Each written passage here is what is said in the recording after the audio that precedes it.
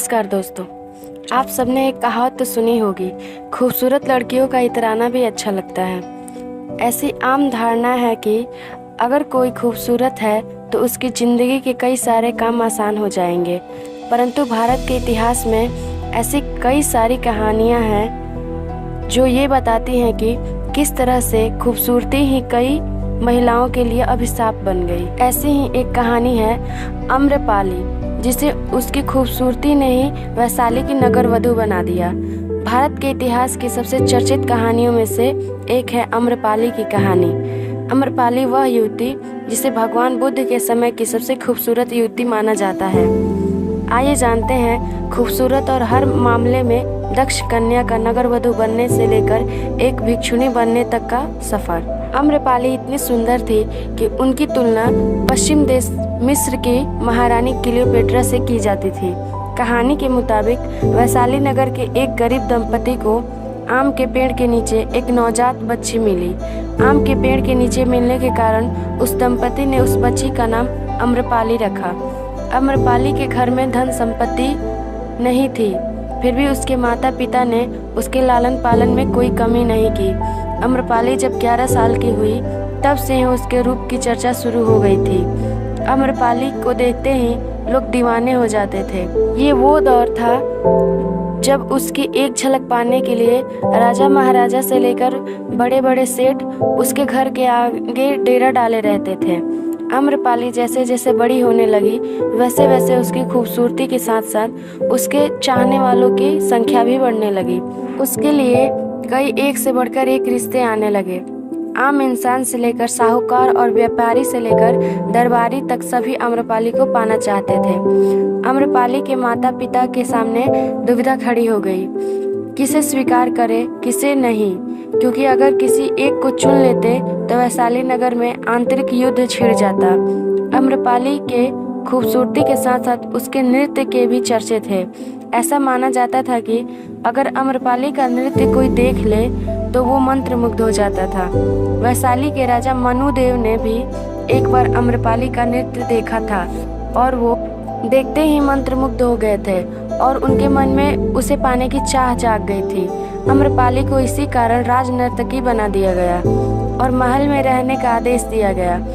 उस वक्त तक आम्रपाली का दिल पुष्पक कुमार नामक एक युवक पर आ चुका था और आम्रपाली उसके साथ शादी करने वाली थी, किंतु राजा ने उनकी शादी के दिन ही पुष्पक कुमार को मार डाला।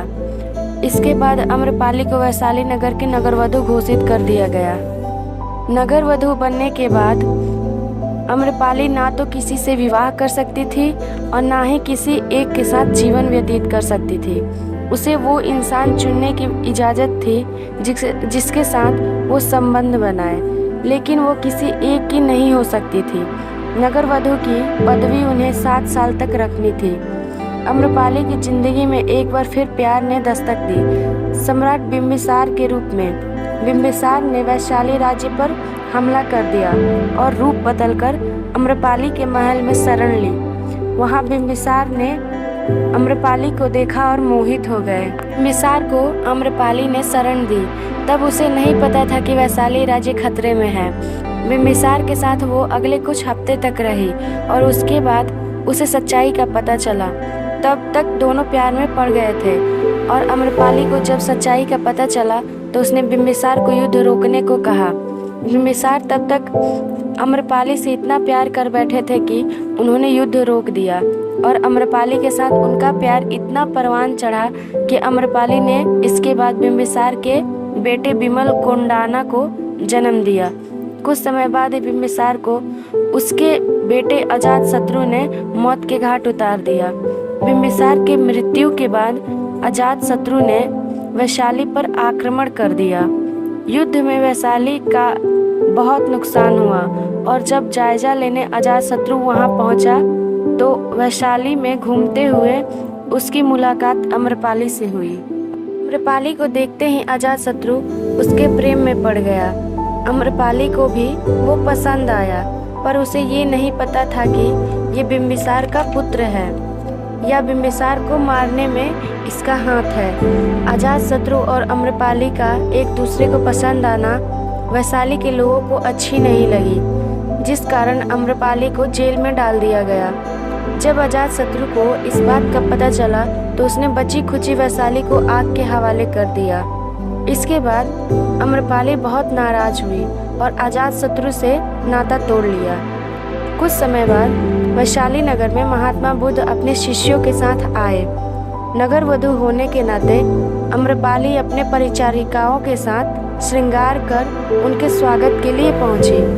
कहते हैं आम्रपाली का सौंदर्य देखते ही महात्मा बुद्ध को अपने शिष्यों से कहना पड़ा कि तुम लोग अपनी आंखें बंद कर लो, क्योंकि भगवान बुद्ध जानते थे कि आम्रपाली का सौंदर्य देखकर उनके शिष्यों के लिए संतुलन रखना कठिन हो जाएगा, उनका वैराग्य खत्म हो जाएगा, वे मार्ग से भटक जाएंगे।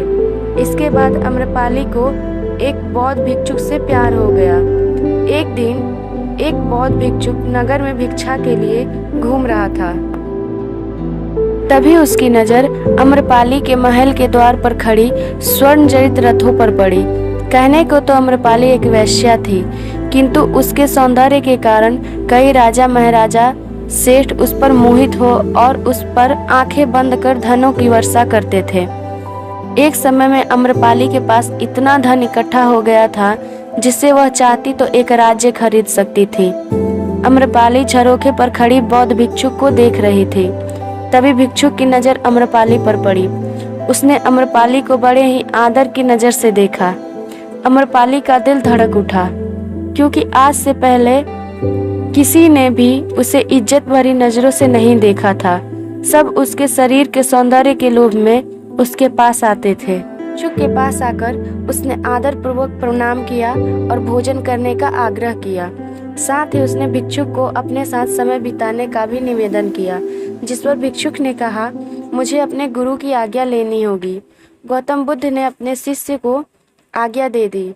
आम्रपाली ने उस भिक्षुक को लुभाने का बहुत प्रयास किया, किंतु वो असफल रही। तब बौद्ध के धार्मिक ज्ञान के आगे आम्रपाली नतमस्तक हो गई और बौद्ध भिक्षुणी बनने का निर्णय किया।